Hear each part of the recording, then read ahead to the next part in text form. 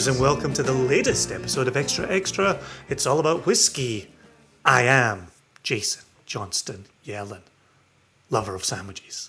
You over there, you, sir, to whom I am referring, you remain Joshua Hatton. Is that correct? That is correct. I'm glad you finally called upon me because I imagine the listeners are like, well, who, me? Who? You talking to me? I don't see anybody else. I feel like I've been watching too many police procedurals because I feel like I've put you on the stand this day. Yeah, where was I on the night of the 15th? Exactly. That's the question I've been asking. Listen, normally in Extra Extra, you or I bring a normally whiskey-related story to the attention of the other. We read it in the first half, we riff on it in the second half, and we get out of here in a tight 35. And I tell the listeners every episode, you can set your watch by the tightness of that 35 minutes. That's a very tight 35 minutes. I tell you. And for the edification of our dear listeners, you will text me as you complete the edit, and you will invariably say, this episode is 37 minutes and 1 second. And I will invariably write back and say, sounds like a tight 35 to me. Every time. All the time. Set your watch by it. All right. So I told you before we jumped in here today that I had a tight plan for the recording. Yeah, you wouldn't even tell me anything about it. I'm just here clueless. Believe it or not, I have 2 whiskey-related news articles to read to you today. Okay. Before we riff on them in the second half. I also want to say, one of our dear listeners, Bert Bumgartner, I had the pleasure of spending some time in Scotland recently with Bert, and I'll be spending some time with him in the Selway Bitterroot Wilderness later this month of June as well. And as we were driving, he said to me, I want to bring up something about Extra Extra. And I said, please do. Oh. And he said, it drives me crazy, which is never a good start. It drives me crazy when you and or Joshua talk about being unable to read these articles because pop-ups keep happening. Yes. Ads are appearing, videos are appearing, and we always communicate that to our dear listeners. He said, why do you never hit reader view? Hit what? Reader. Oh, reader view. Well, there's an answer for Bert. Hit what now? Who now? And so since I've returned from Scotland and I've been looking at articles online, all being bombarded with ads and all that, I just hit reader view and it all goes away and you just read the words. I don't even know how to do that. How does one hit reader review? Is there a button on your keyboard that you type in the words reader view and then hit enter? There's a little button. I can't find it right now, but can't find the button. Yeah, you just hit it. You just hit it. There's something there. Reader view. Oh, that's what it is. So if you're in your browser and you go up to view, there will be one that says show reader. And then you just, boom, you hit that, and you go into reader view. Can I just unplug it and plug it back in again and see if that helps? You should see the difference it makes to read online. That's it is amazing. Unbelievable. Amazing. So anyway, we're never going to get out of here in a tight 35 if we spend all this time telling people how to turn their browser into a reader view. I don't know how to do that. I can tell you in Safari, it just changes the world. It's amazing. So listen, Joshua. You and I have been covering stories recently about new distillery builds, expanding distilleries, expanding visitor centres. Today, we answer the question of, with all these expanding distilleries, what are they doing with all of this distillate? Yeah. So our first article comes from the Herald. It was sent to me by Jess Lomas. All right. So the Herald is it's a Scottish publication, right? It is indeed Scottish publication. And both of these, or each of these articles, come from the 8th and 9th of June. So a little bit earlier in the month. Oh, okay. Okay. But only really a couple of weeks ago from where this episode lives. So the article by Brian Donnelly, who is the business correspondent for the Herald, is entitled Dalmeny Royal Elizabeth Yard Whiskey Plan. Dalmeny? Dalmeny. Okay. Dalmeny. Okay. Okay. All right. Plans to develop a huge whiskey facility at a former military site on the outskirts of the Scottish capital have been unveiled. I'll tell you something else that happened while I was in Scotland. My brother said, I want to tell you something about extra. Oh, right. And I said, oh, okay, yeah, go on. And he said, it drives me nuts. And I thought, oh, I've heard this somewhere before. He said, why don't you and Joshua just focus on getting through the reading of the article in the first half and save all your riffing to the second half? Why do you keep pausing during the reading? And I said to him, well, it kind of breaks up, right? We're just reading sentences on a podcast. It kind of breaks it up a little bit. Yeah. He said, no, just read it. Just read it and then get on to the breakup stuff. That's what I'm here for. I was like, all right, Muddy, calm down.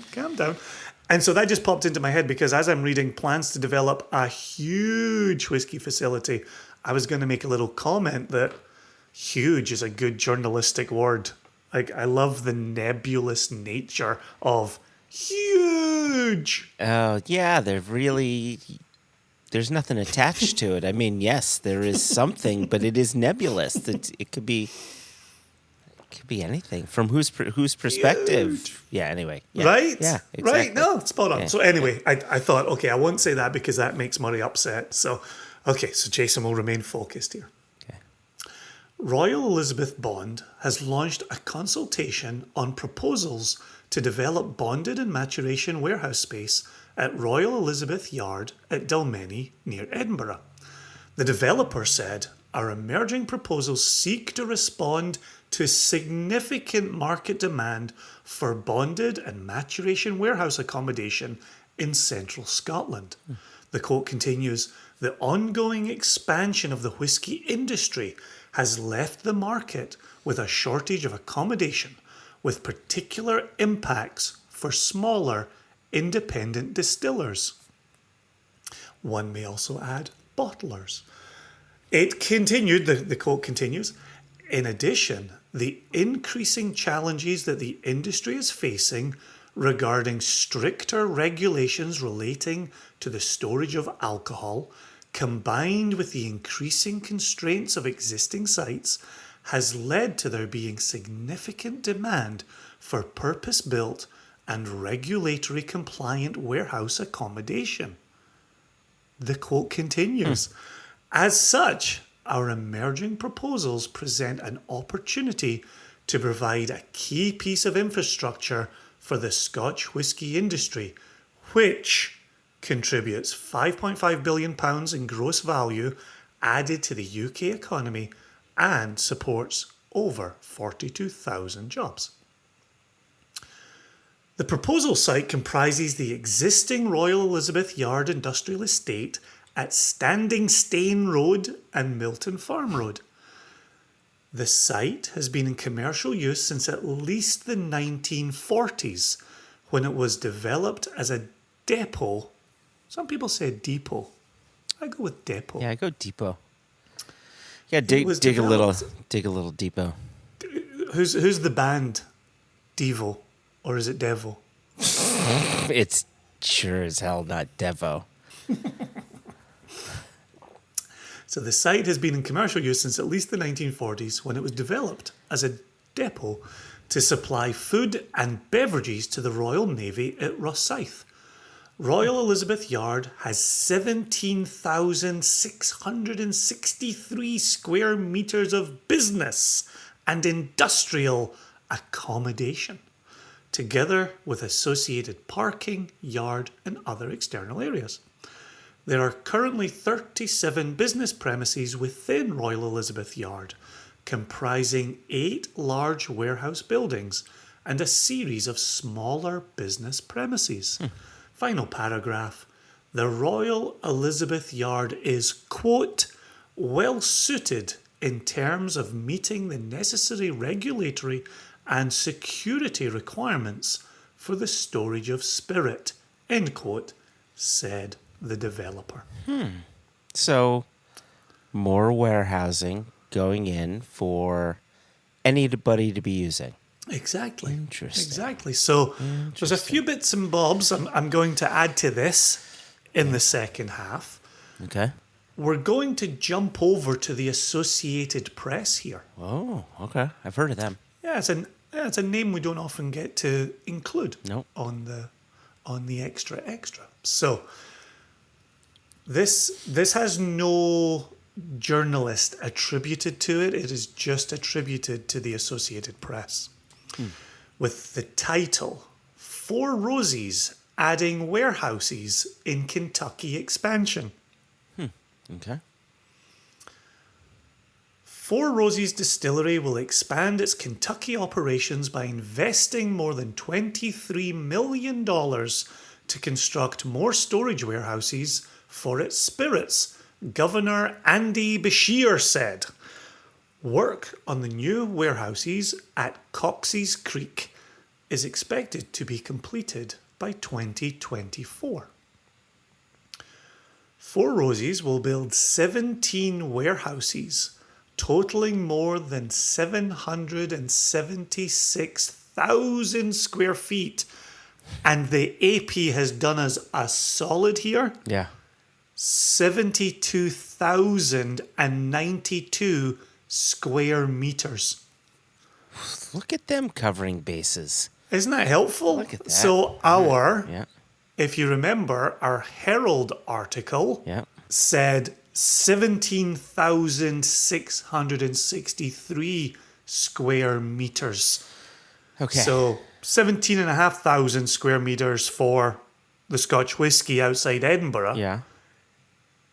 72,000 square meters for the bourbon outside Frankfort, Kentucky.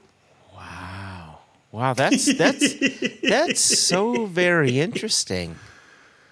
Because you know what? I'm gonna listen to Murray, and I'm gonna hold my thought. I try to please your brother as much as I can. Got to placate him. So just to reiterate the paragraph we're halfway through.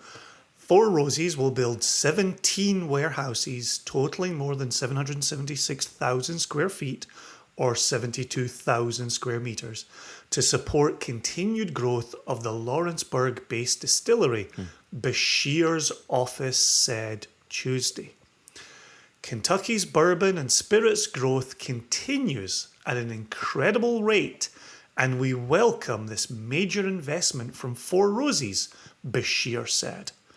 The investment comes in response to increased demand for the company's bourbon throughout the United States.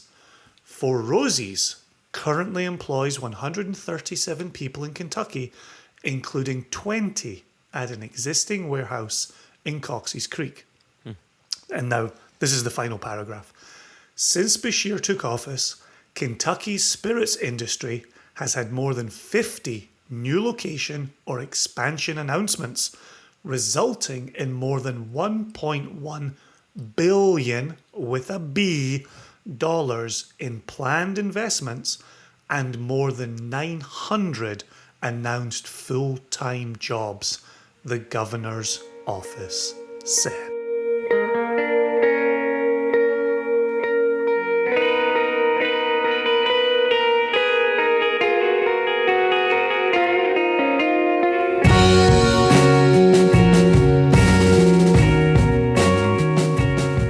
Welcome back to the second half of Extra Extra, Joshua.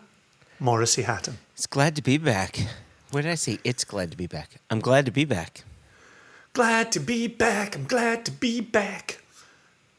So, Yes. the reason that our dear Jess had sent the Herald article to me via text is that when she and I were driving around Scotland, we were at Royal Elizabeth Yard.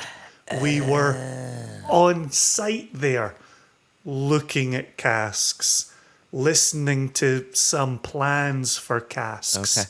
being told about the Royal Navy history within the building. Now, there's a few things to say here. Number one, it's a huge spot. It's a huge amount of land, and these 37 business premises that they describe here, those are a mix of large and small warehouse spaces. And so when the article talks about comprising 8 large warehouse buildings and a series of smaller business premises, you could knock some things together. You could, obviously, if you're storing whiskey, there's regulations about firewalls and fire doors and explosive switches, and there are some very real considerations there. Also, as the article says, there's talk about security as well. All of this needs to be significantly locked down. But the yard itself is a good size. To then compare this 17,500 square meters with what's being described as 72,000 square meters for the Four Roses, 17 warehouses, it's an astronomical difference. So I love your use of the word huge before, because as you were saying it, it's a huge spot. I'm trying to well, what exactly does huge mean? But then you put a finer point on it, right? You said 8 warehouses. And so 8 large warehouses. 8 large warehouses. And so that's If we're going to continue with huge, we're going to continue with large. so 8 very large warehouses, 17,000 square meters. And then with Four Roses, it's 17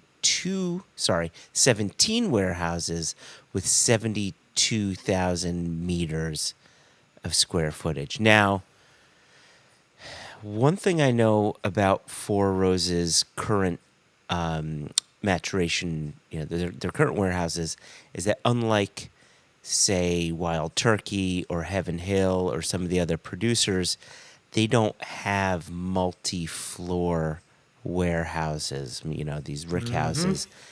Theirs is a bit closer to that of dunnage, right?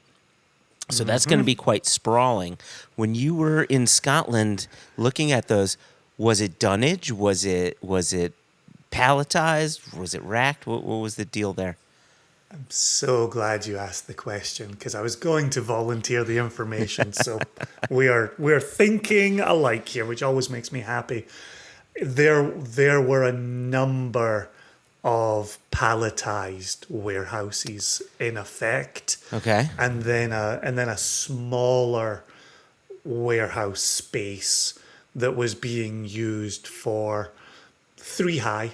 It's not dunnage, it's concrete floor. Yeah. But they were cast on their side, 3 high, recognizable as you're describing here as dunnage style. Yeah, it just quickly for our listeners again, if you're not familiar with the term dunnage, it's a warehouse with a dirt floor. Typically, casks are sitting 3 to 4 casks high, and that's it. Whereas palletized, the roof could be much higher. You don't necessarily have a dirt floor, and you could just stack those casks pallet upon pallet upon pallet. Now, I remember going to Bruichladdich and seeing all sorts of maturation styles, but their pallets went up really high. Exactly. And so by really high, I don't know. I'll take a stab in the dark and say likely higher than 5 pallets high. Likely higher, right? Oh, I think they've I think at Bruichladdich they've even talked about like 10 and 11. There you go. So, comparing this to that, is it similar to what Bruichladdich are doing? 10, 11 pallets high? I don't want to say If you were to quite guess. that high, but we definitely saw 5 and 6. Definitely. Easily saw 5 and 6. Okay, and so you may not know the answer to this question. I'm sure maybe one of our listeners will. And I should know the answer to this question because I used to work in warehousing, or I used to sell products for warehousing purposes, is when you're judging your square footage, is that both side to side and up and down? Is your square footage from floor to ceiling? It's not. No. No. Your square footage is just your floor plan. Okay, so now, so we're digging deeper here. So because it surprised me when you said, here's 17,000 square meters for anybody to use, and here's 72,000 square meters specifically for Four Roses to use. It almost sounded as if, boy, you guys over in Scotland need to up your game, because look at what this one distillery is doing while you guys are building general storage for a multitude. But it sounds like you can go a bit higher, so you can likely get a lot more casks in there. Agreed. Yeah. But the other thing that continually strikes me, and you know this, and Jess knows this, I know this, many of our listeners know this, you simply cannot build warehouse space fast enough. Yep. In Scotland or in Kentucky, or if you're a growing distiller, with a decade under your belt in America. And it's so interesting in speaking to so many bottlers, distillers, storage people, storage facilities. Everybody thinks the next big warehouse they build will be the one that solves all their problems. Nope. And as soon as it's complete, it gets filled immediately. And they say, yeah, we've actually, started plans for the next big warehouse, and it'll be bigger than the big one we just opened. It's like, yeah, everybody needs space. Storage is absolutely at a premium. Yep.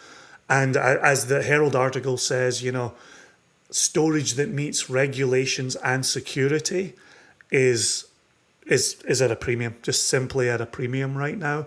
I also, from being at Royal Elizabeth Yard, I believe anything that goes in there will just be for hard and fast storage.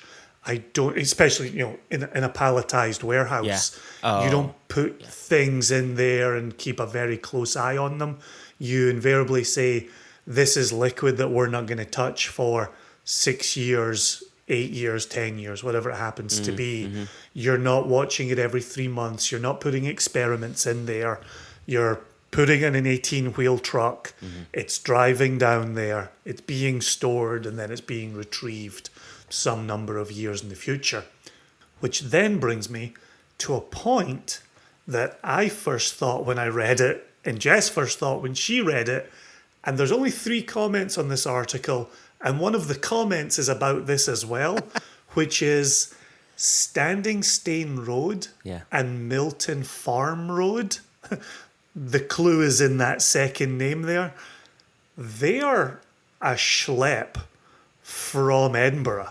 They're 20, 30 minutes by taxi outside of Edinburgh.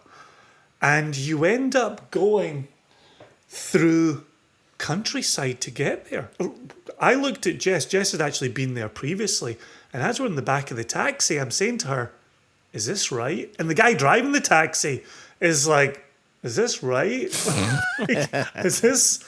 Is GPS really sending us to the right place here? Yeah.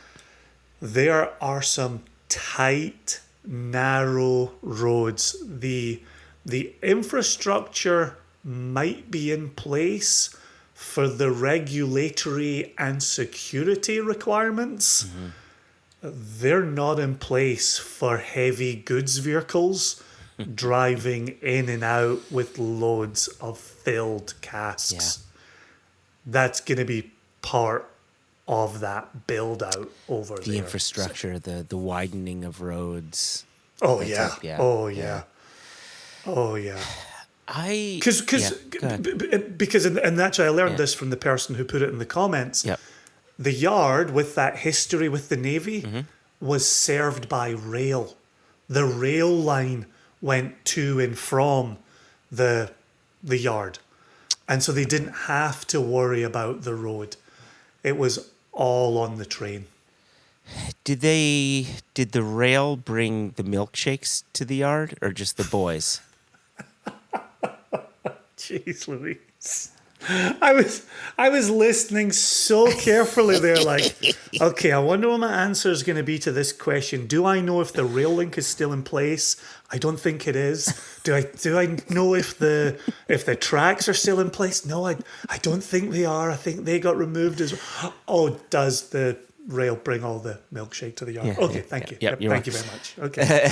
But now for a serious question. Well, not a question necessarily, but just sort of an observation. I remember 10, 12 years ago, either through Malt Whiskey Yearbook or some publication, which talked about the general number of casks that would be in Scotland year over year. And it seemed to average 20 million casks of whiskey, of which 95% of them were bourbon barrels or bourbon hogsheads.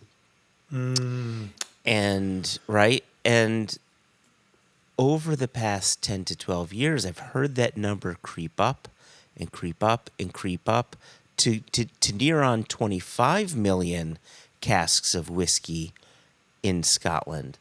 I don't know the number of casks for the U.S., but when I think about the growth of whiskey within Scotland as it's compared to the U.S., yes, Scotland is growing. I mean, we just talked about it in the last Extra, where there's plans for X number of Campbelltown distilleries and this distillery and that distillery growing. But here in the U.S., you're dealing with about 3,000 micro distilleries, not including the big boys.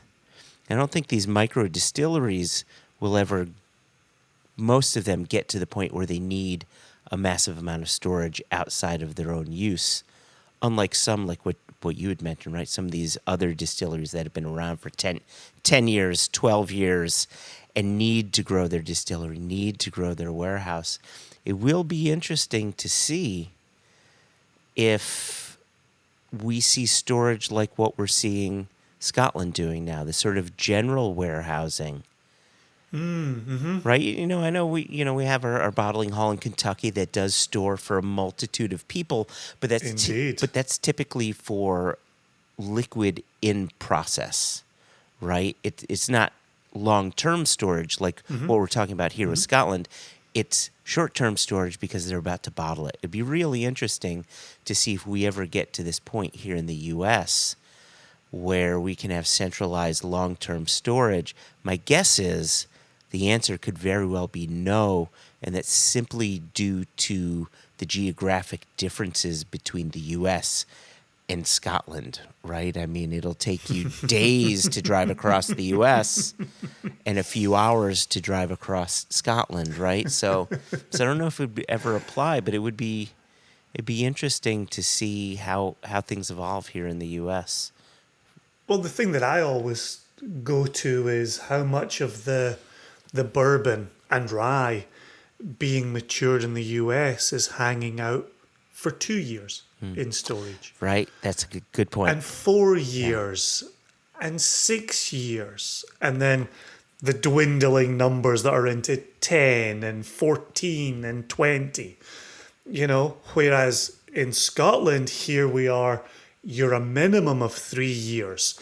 Then maybe you're 8 years. Then maybe you're into your 12s and your traditional age statements. That's an and so you've got casks that are being stored for longer in a country that's the size of the smallest US state. Yeah, right. Think about a product like Rittenhouse Rye, right? 50% alcohol, 2-year-old rye whiskey that's in every bar and on most people's shelves and just put into every cocktail. Yes, they need a ton of storage for that product, but the inventory keeps rotating because all you need is the 2 years, right? So yeah, that's a really good point. Because of how we make our whiskey, you don't need that long-term storage. Do you remember when we were at Bernheim, back when Denny Potter was still there and he showed us around? I do. And as we were going through the distilling facility, there was a window we walked past and we looked out, and kind of across the parking lot, there was a brick building that was massive. Yes. And they had casks on every single floor. 12 floors high. Yep. 12-floor high warehouse. I think about that facility all the time. And obviously, you know, my dad was a bricklayer, and I just think of, you know, some of the jobs that he had and some of the buildings that he was at the building of, and I just think of that 12-story brick facility that is only housing casks of whiskey. Here's just to add a little color to that. If you recall, back in 2013, when we did our second Jubilee and we had our first Jubilee Festival bottling, we were working with Heaven Hill to bottle a 15-year-old. And they gave us, I think it was 3 samples, maybe 4 samples, something from the 4th floor, something from the 7th floor, and then something from the 9th or 10th floor, something like that. And we ended up picking the Goldilocks one, right in the middle. But the one that was on the higher floor, the ABV on that spirit was over 80% alcohol. After 50, it'd been sitting there for 50 years. It had been sitting there for 15 years, lost a bunch of liquid, and was over 80% alcohol. It's funny that you say that because the 80 just sounds absolutely mental to me. But I remember the sample bottle saying 160 proof. And when you see 160 proof, and you and I don't deal in proof day in and day out, No. but you see 160 proof and you think, oh, it's 160 proof, and then you move on with your business. And the thing that was always striking about that sample, because people, you know, we've told this story in tastings once or twice, and people have always said, oh, did it blow your head off? And it never did. No. It didn't blow our heads off, but what happened was it really never made it to the back of the palate. Yeah. It just evaporated off the tongue. Yep. And I always remember that being so striking, A, that the ABV was so insane on it. But then the fact that, no, it didn't taste like drinking cleaning alcohol. No. It had flavor on the front of the palate, and then it just evaporated real fast. Yeah.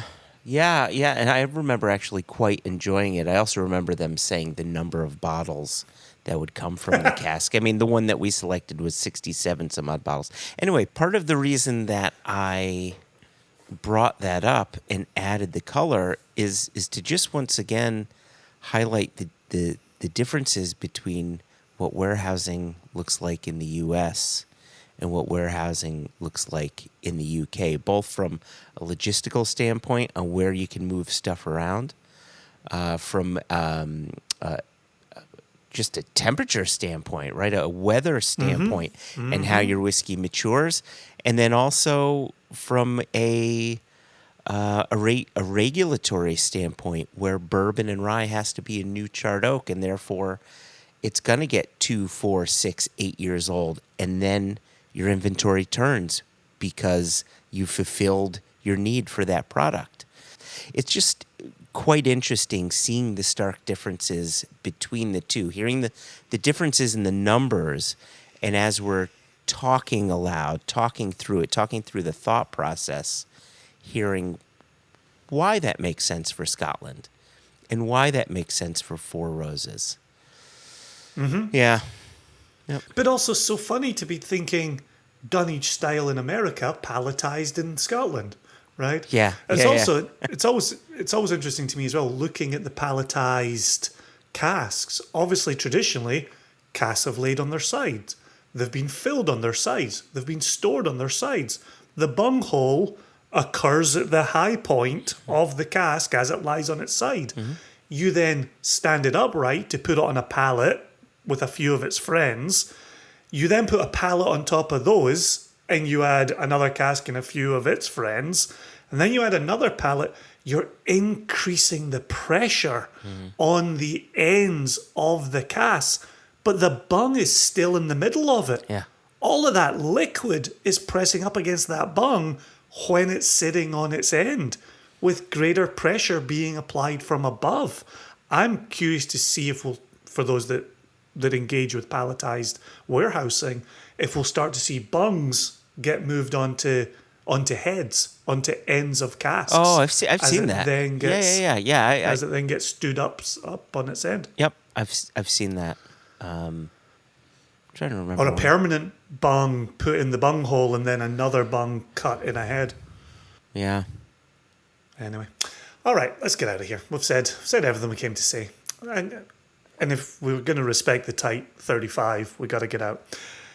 A few bits and bobs before we get out of here. If you want to drop us a line, please feel free. info@singlecastnation.com or questions@onenationunderwhiskey.com. No E in whiskey.